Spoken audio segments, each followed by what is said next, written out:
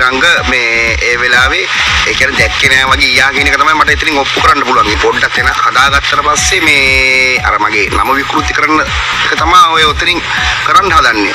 ඇත්තම කිව්වොත් හිරු ස්ටාර් එකේ ඉන්න මේ සින්දු කියන ස්ටාර්ලට වඩා මට බුකිස් තිබ්බනේ. ඇත්ත කිව්වොත් ඒ කෙලින්ම සින්දු කියන්න එපා නම් කියන්න ඕනේ. කියන්න එපා මල්ලි සින්දු.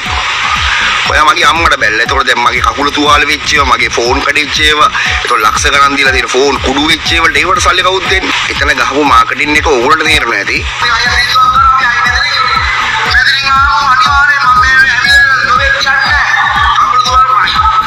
දැක්කද? කකුල තුවාල වුණා ශිහන් මීරංග මේ ඒ වෙලාවේ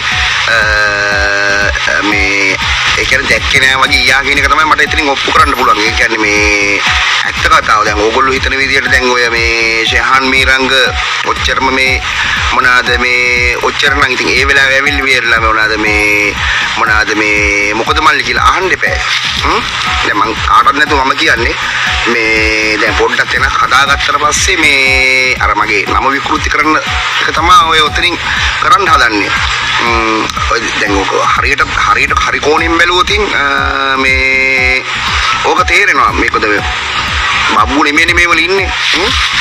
එතකොට මේ අන්න ඒකයි මම කියන්නේ දැන් ඔය කියන තරම් මේ හොඳ මිනිස්සෙක් නම් මේ මම කියන්නේ එහෙම නෙමෙයි. දැන් ඕක දැන් වෙලත් අවුරුදු 3ක් නේ. ඒකෝ දැන් අවුරුදු 3කට පස්සේ ඕක එකපාරම මතුවෙන්නත්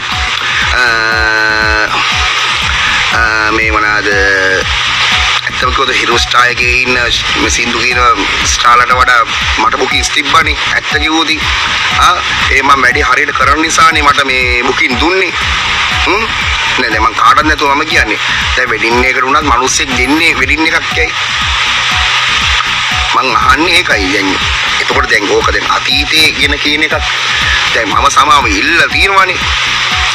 එතකොට මං සමාව ඉල්ලද්දී මේ හරි මල්ලි හරි කමක් නෑ මල්ලි මේ කියලා මේ යනවා. ඉතින් එතකොට එහෙම ගියාට පස්සේ ඉතින් ආයෝක එකපාරම මතුනේ හේතුව ඕගොල්ලන්ට ටච් කරගන්න පුළුවන් නේ මොකද්ද කියලා. ඒ කෙලින්ම සින්දු කියන්න එපා නම් කියන්න ඕනේ. කියන්න එපා මල්ලි සින්දු. ඔයා මගේ අම්මට බැලලා. එතකොට දැන් මගේ කකුල තුවාල වෙච්ච ඒවා, මගේ ෆෝන් කඩිච්ච ඒවා, එතකොට ලක්ෂ ගණන් දීලා තියෙන ෆෝන් කුඩු වෙච්ච ඒවලට ඒවට සල්ලි කවුද දෙන්නේ? තුවාල වෙච්ච ඒවා. දැන් ස්පිරිතා දැන් නිකන් හරිය දැන් මොනවාද ඔය බවුසර්ලා ගහද්දී මම පොලිසිය ඇන්ටියක් දැම්මේ නැති ඔය ශිහාන් මීරංග මේ හදපතේ ගායක නිසා. දැන් මම මේ රංගපාන්නේ නැහැ. එයා කියලා රංගපාන්න එපා කියලා. එතකොට දැන් එයා කියලා කණ්ඩ ටික දුන්නේ නැති ටික විතරයි. එතකොට දැන් මම සාමාන්‍ය මේ මට කණ්ඩ බැරි කමක් තිබ්බේ නෑනේ. කුට්සරේ පොකොට්ටම කරේ විකොල්ල කණ්ඩ පුළුවන් තත්ත්වයක් තිබුණා. අතපය තියෙනවනේ. මං හිඟන්නේ නෙමෙයිනේ. නැද්ද?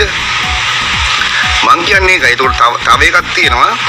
එයා මේ එක මේ ඒ කියන්නේ මේ මොකක්ද ඒකට කියන්නේ මේ උපදේශ තුන. දැන් එයා උපදේශයක් ඇත්තටම දුන්නේ නෑනේ. එයාට නම් මේ ෆෝන් ආන්සර් කරන්න නැතුව ඔය උපදේශ තියෙන්නේ. අන්න ඒකයි එතන ගහපු මාකටිං එක ඕගොල්ලන්ට තේරෙන්නේ නැති. මට තේරෙන්නේ නැහැ ඉතින්. මොකද මම ඔය කටින් කිව්වා කියලා වැඩක් වෙන්නේ නැහනේ. අන්න ඒකයි මම කියන්නේ. එතකොට මේ මොනවාද මේ ඒ හේතුවත් එක්ක තමයි මේ ශිහාන් මීරංගට බයිනවා කියන එක ඇත්තටම කිව්වොත් එදා එදා මගේ මේ මොනවාද රතු කට්ට පැනපු දවසක්. දැන් උඹලට පේනවනේ මේ මෙතනදී මේ මොනවාද ටිකට් එකක්. දැන් ඇත්තටම කිව්වොත් අපි ආදරය කරන කට්ටිය මට ආදරය කරන කට්ටිය එන්න එහෙම වීඩියෝ ගන්න තිබ්බේ.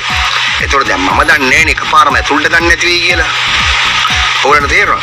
ඒතකොට දැන් ඇතුළට ගන්න නැති හේතුව දැන් මේ මේකේ පේනවනේ ඉතින් ඕගොල්ලන්ට දැන් මම පෙන්නුවනේ.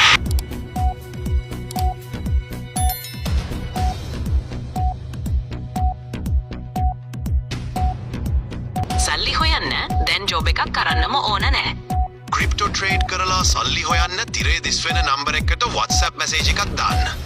මුල සිට සරලව කියලා දෙන්නම්. අපි ඔයාගෙන් අය කරන්නේ මාසෙටම රුපියල් 300ක් විතරයි.